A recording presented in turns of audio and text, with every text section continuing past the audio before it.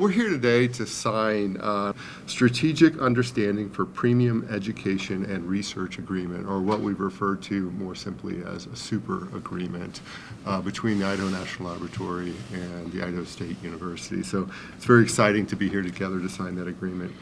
This agreement builds on many years of successful collaboration and a very strong foundation between our two institutions. There are currently over 1,200 INL employees that received at least one of their degrees from the Idaho State University. So out of 6,200, a little more than 6,200, more than 1,200, that's impressive. And in the last 5 years, we've had more than almost 220 interns from the Idaho State University. So building on these successes of our partnership, this super agreement now positions us for the next phase of our collaboration with that strong foundation to build off of.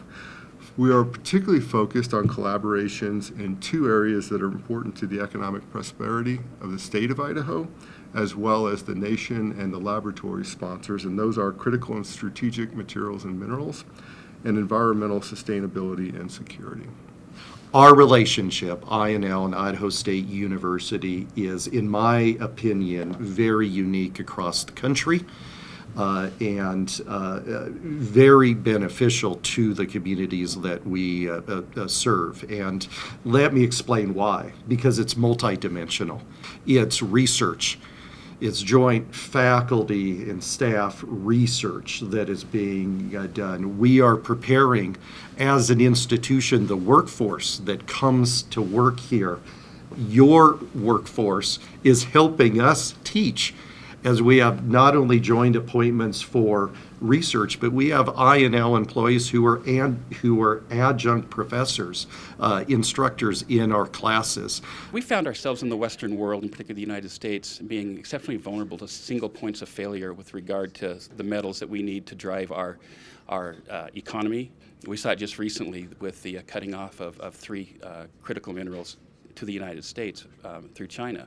So developing our own domestic supply chain is absolutely paramount to the United States national security and to our ability to develop our own technologies into the future.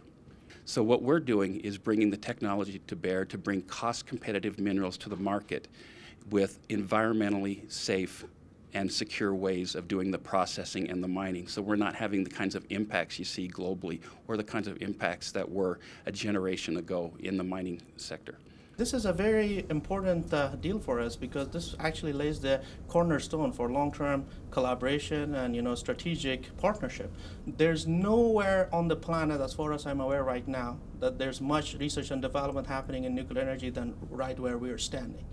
This place is not changing the energy trajectory for the state of Idaho, but actually for the world right now. With all the expansion that's happening with advanced reactors that are coming up, you see the industry engagement. Every now and then new private companies coming up with their technologies. The nuclear energy is going to be tripled by 2050. Right now, with the technologies that humans have available, to be honest, there's no path for clean energy, for reliable clean energy, than nuclear energy.